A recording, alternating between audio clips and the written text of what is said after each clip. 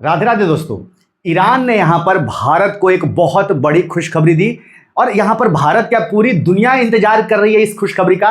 लेकिन ईरान अभी सबको ये खुशखबरी नहीं दे रहा है, कुछ अपने गिने चुने मित्र देशों को ही ये खुशखबरी दिया है, जहां पर ईरान ने यह बोला है कि भैया हमारे जो मित्र देश हैं उनके लिए हम ये स्ट्रेट ऑफ हॉर्मुज जो है वो खोल दिए हैं, बाकी के लिए नहीं खोले हैं। क्लियर कट भैया, 5-6 देशों का नाम इसने लिया है बस, और बाकी को बोल रहा है कि गुजरोगे तो बम दे मारेंगे, मिसाइल दे मारेंगे, बर्बाद हो जाओगे। तो गुजरने की कोशिश तुम लोग बाकी लोग मत करना। ये जो हम रूट खोल रहे हैं वो केवल हमारे जो मित्र देश हैं, जैसे कि भारत हो गया, पाकिस्तान हो गया, इराक हो गया, चाइना हो गया, रसिया हो गया, इन सारे देशों के लिए खोल रहे हैं। तो ऑब्वियस सी बात है, जैसे ही ये खबर निकलकर सामने आई, भारत के लिए तो खुशी की बात है ही भाई, क्योंकि हम इस रूट पे बहुत ज्यादा डिपेंडेंट है अपने एनर्जी के रॉ मटेरियल्स को लेकर, अपने एनर्जी के सोर्सेस को लेकर। आगे हम लोग वीडियो में देखेंगे कि कितना ज्यादा डिपेंडेंट है। इतना ज्यादा डिपेंडेंट है कि भाई अगर पूरी तरीके से ईरान बौखला गया और बंद कर दिया, किसी लिए ना खुला ना, तो बहुत ज्यादा भारत परेशान हो जाएगा। इतने ज्यादा हम डिपेंडेंट है, समझ रहे हैं आप लोग।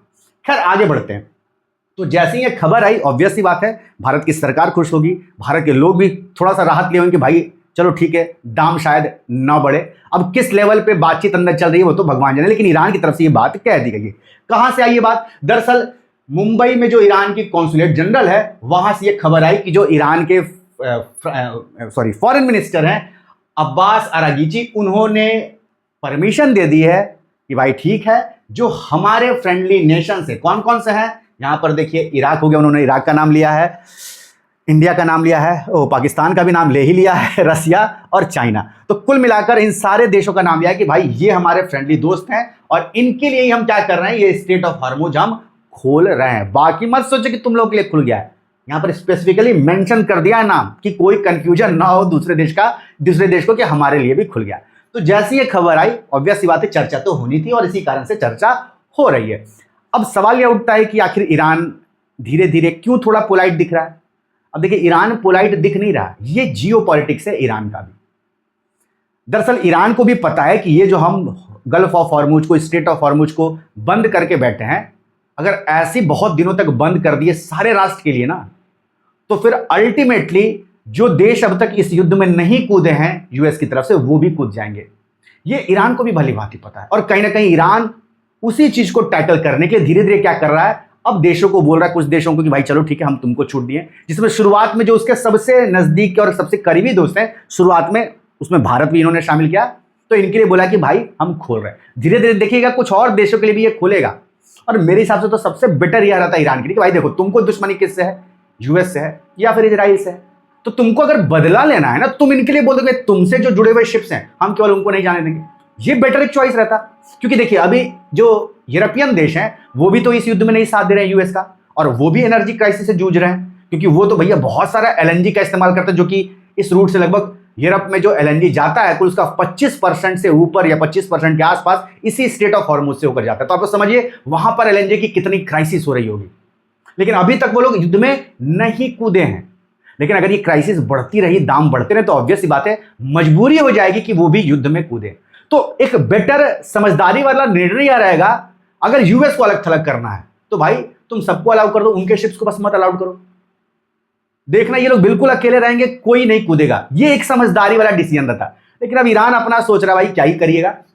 खैर, तो उसको, ईरान को यह भी पता है कि भाई प्रेशर बढ़ सकता है। साथ साथ जो यूएन के सेक्रेटरी जनरल है एंटोनियो गुटेरेस, उन्होंने भी भाई पूरा ट्वीट करके बोला कि ये जो अब कॉन्फ्लिक्ट चल रहा है, जहां पे बमबारी कर रहे हो, यूएस इजराइल को बोला कि बंद कर दो, ईरान को बोला कि भाई तुम भी बंद कर दो, ये जो वेसल्स पे बम दे मार रहे हो ये चीजें सही नहीं, अटैक वटैक तुम लोग मत करो, खत्म करो इस चीज को। साथ साथ इन्होंने बोला कि भाई ग्लोबल इकोनॉमी में बहुत इंपैक्ट हो रही है, तो इस चीज का भी ध्यान रखो। और ये जो ग्लोबल इकोनॉमी इंपैक्ट हो रही है, ये मेनली किस कारण से हो रही है, जो गल्फ ऑफ हॉर्मुज पे ईरान ने फन मार दिया है ना भाई, ये जो रूट पे दरवाजा लगा दिया है कि भैया एकदम मेरी निगरानी से होकर ही जाएगा, इसकी वजह से सारी दिक्कत हो रही है, इसकी वजह से ग्लोबल इकोनॉमिक इंपैक्ट हो रहा है।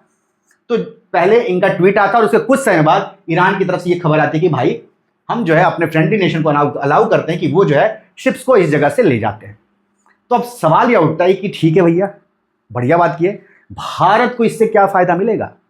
और यहां पे भारत का स्पेसिफिकली क्यों नाम लिया, अपने दोस्तों में क्यों शामिल किया, क्या इतने जिगरी दोस्त हैं ईरान और भारत। देखिए, जिगरी दोस्त तो बहुत नहीं है, लेकिन हमारे रिलेशन खराब भी नहीं है। जी हाँ, बिल्कुल, हम वहां पे, आप सबको पता है कि चाबहार डेवलप कर रहे हैं, हमारे उसमें वहाँ पे बड़ा इन्वेस्टमेंट लगा पड़ा है, समझ रहे हैं आप लोग।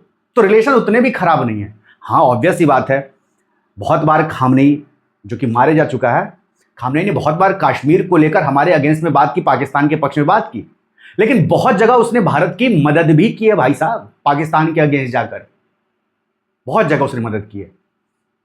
और ये सच है, वो नेचर का जैसा था वो बिल्कुल सही नहीं था।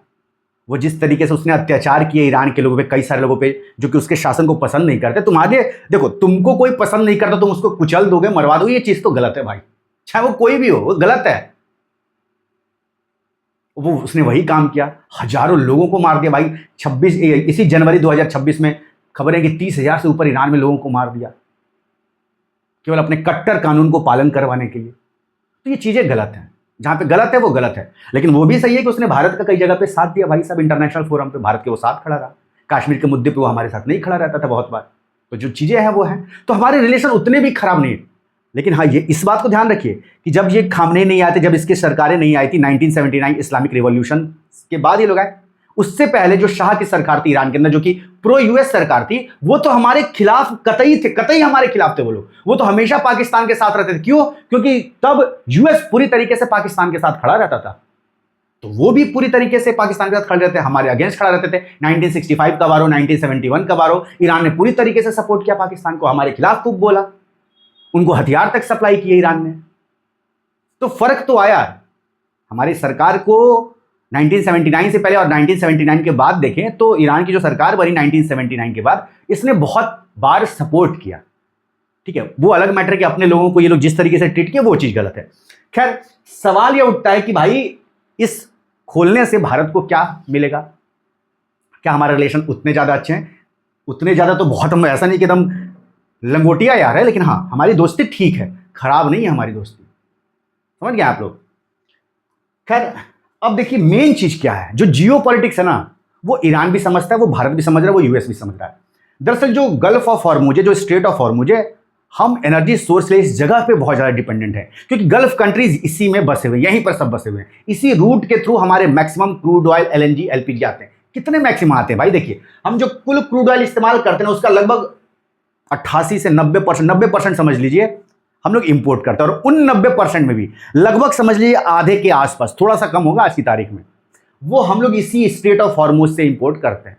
तो क्रूड ऑयल पे भी हम लगभग आधा डिपेंडेंट है। यहाँ पर एलपीजी की बात करते तो यहाँ पर तो कुछ ज्यादा ही डिपेंडेंट है। हम जो कुल क्रूड ऑयल इस्तेमाल करते हैं उसका लगभग 60% हम इंपोर्ट करते हैं। अब थोड़ा सा प्रोडक्शन हमने बढ़ा दिया है इस क्राइसिस को देखते हुए, लेकिन यूजुअली बात करें तो हम 60% जो है वो एलपीजी हम इंपोर्ट करते हैं, और इन 60% में से लगभग 90% भाई साहब इसी स्ट्रेट ऑफ हॉर्मुज से हमारे पास आता है। एलएनजी की बात करें तो एलएनजी में तो हम लगभग 60% जो पूरी इंपोर्ट करते हैं उसका लगभग 60% इस एरिया से इंपोर्ट करते हैं, स्ट्रेट ऑफ हॉर्मुज से होते हुए। तो आप लोग यहीं से समझिए कि हम लोग कितना ज्यादा डिपेंडेंट है स्ट्रेट ऑफ हॉर्मुज पे। स्ट्रेट ऑफ हॉर्मुज पूरी तरीके से बंद हो जाएगा, भारत की नसें ढीली हो जाएंगी। तो ये भारत के लिए बहुत अच्छा है कि ईरान इस बात को समझता है, और ईरान जानता भी है कि जो भारत है वो किस तरीके का राष्ट्र है, वो आंख बंद करके किसी का साथ देगा नहीं। भले ही इजराइल के साथ हमारी बहुत अच्छी बनती है, लेकिन हम जो जिस तरीके का मिडिल पाथ चुनते हैं कि भाई लोगों को नहीं मारना है, युद्ध से कुछ नहीं होगा। अब युद्ध से होना रहता तो हम तो कब का पाए का ऑक्युपाइड कश्मीर ले लिए रहते भाई, पाकिस्तान की इतना गूदा नहीं है, समझ रहे हैं आप लोग। लेकिन हम युद्ध को टालने की कोशिश करते हैं, हम युद्ध में विश्वास रखते नहीं है भाई। युद्ध में विश्वास रखते तो बहुत अच्छा मौका था ऑपरेशन सिंदूर, हम उसी समय पाक ऑक्युपाइड कश्मीर ले लिए रहते, समझ रहे हैं। लेकिन युद्ध पे अपन लोग विश्वास रखते नहीं है, समझ रहे हैं आप। ये मेनली बात है। तो इस चीज को ईरान भी समझता है, और ईरान चाहता नहीं है कि जो कुछ बड़े पावरफुल देश हैं जो कि अभी न्यूट्रल हैं, जैसे कि भारत, वो मैं कुछ ऐसा स्टेप ले लूं कि भारत जो है वो उन लोगों की तरफ शिफ्ट हो जाए, समझ रहे। ये चीज तो हर कोई समझ रहा है, ईरान भी समझ रहा है। तो इस कारण से ईरान ने क्या बोला कि भाई जाओ, भारत के स्ट्रेट ऑफ हॉर्मुज खुला है, और भारत ने ऐसा कुछ किया भी नहीं ईरान को लेकर भाई। हम तो उल्टा उनको मेडिसिन पहुंचा दिए, मेडिसिन हमने पहुंचाया भाई, रात के सामान में हम उनको मेडिसिन भेजे, उसके लिए उन्होंने बहुत ज्यादा धन्यवाद भी दिया। वो भारत के तो कई सारे मुस्लिम लोग तो भाई गहना वहना लड़कियां कश्मीर से भेज रही है। देखिए अब कितना मेहरबान है सब लोग, क्या ही बोलिएगा। वो अच्छी बात है कि बुरी बात है, आप लोग कमेंट सेक्शन में लिख कर बताइए। खैर वो दूसरा मैटर, उस पर बाद में। तो भारत उनकी पूरी मदद कर रहा है, और भारत ऐसा नहीं बोल, भारत तो यूएस ईरान को भी बोला कि भाई तुम लोग गलत कर रहे हो, बातचीत का रास्ता निकाल, भारत तो बोल ही रहा है। और भारत ईरान को भी बोला कि जो तुम स्ट्रेट ऑफ हॉर्मुज को बंद करके बैठे हो वेसल्स पे हमला कर दो, ये भी गलत है। तो भारत तो दोनों तरफ बोल रहा है। तो भारत एक न्यूट्रल स्टैंड पे, ईरान इस चीज को समझता है, और ईरान अगर ज्यादा प्रेशर देते रहा, इसको बंदी रखा, बहुत ज्यादा दिक्कत पैदा होगी, तो ऑब्वियस बात है भारत किधर टिल्ट कर जाएगा, दूसरी तरफ टिल्ट कर जाएगा। तो ये चीजें ईरान भी समझता है, और इसी कारण से कहीं ना कहीं ईरान ने बोला कि भाई ठीक है, तुम्हारे लिए भी गल्फ ऑफ हॉर्मुज खोल दे रहे, और तुम तो हमारे ऐसे भी नहीं कि तुम्हारे दोस्त हो, न्यूट्रल हो, उल्टा दोस्ती हो, खरा दुश्मन तो हो ही नहीं तुम। तो ये चीजें हैं। दूसरी बात आप देखिए कि यहां पर ईरान ने बोला कि जो हमारे अच्छे दोस्त हैं, दोस्त स्पेसिफिकली आप देखिए तो दोस्त बड़ा बोला जा रहा है। क्यों दोस्त? भाई उसके पीछे यह है कि वो यूएस पर प्रेशर क्रिएट करना चाहता है, जो वेस्टर्न कंट्रीज हैं, वेस्टर्न अलाइज है, उन पर प्रेशर क्रिएट करना चाहता है, दोस्त बोलकर कि भाई इंडिया हमारे साथ है, हम दोनों के अंदर बातचीत रही, तभी तो मैंने स्टेट ऑफ हॉर्मुज खोला। समझ रहे हैं? ये पूरा जियोपॉलिटिक्स चल रहा है, दूसरे पे प्रेशर बनाने के लिए जियोपॉलिटिक्स चल रहा है। वहीं देखिए जब ये दोस्त बोला तो ट्रंप भी कैसे चुप रहते। इस पे मैंने विस्तार से लेक्चर बनाया कि ट्रंप ने भाई मोदी की तारीफ कर दी। जो बंदा खुद इतना सेल्फ पोसेसिव हो, अपना छोड़ के किसी को दुनिया में समझता ना हो, उसने मोदी की तारीफ कर दी। अभी कुछ समय पहले तक भारत को, मोदी को, सबको ये गरिया रहे थे भाई साहब, अब मोदी की अचानक से तारीफ करने लगे हैं। बोले कि दुनिया में दो ही लोग हैं जो चीजों को सही कर सकते हैं, उसमें से एक मैं हूं और दूसरे मोदी हैं। यहां पर भी लगे हाथ अपना तारीफ कर ही दिया भाई बंदे ने। तो ये पूरा जियो पॉलिटिक्स चल रहा है भाई साहब। ये भी अपना दोस्त बोल रहा है, मोदी की तारीफ कर रहा है, उधर ईरान भी अपना दोस्त बोल रहा है, भारत भी अपना सही है भाई, भारत का काम निकलना चाहिए। भारत की सरकार तो ये सोचेगी कि हमारे लोग इस क्राइसिस में ना फंसे। तो जैसे बिना किसी अंदर घुसे हुए, बिना उंगली टेढ़ा के हुए, अगर सीधे हाथ से घी निकल रही है तो घी निकालो ना भाई।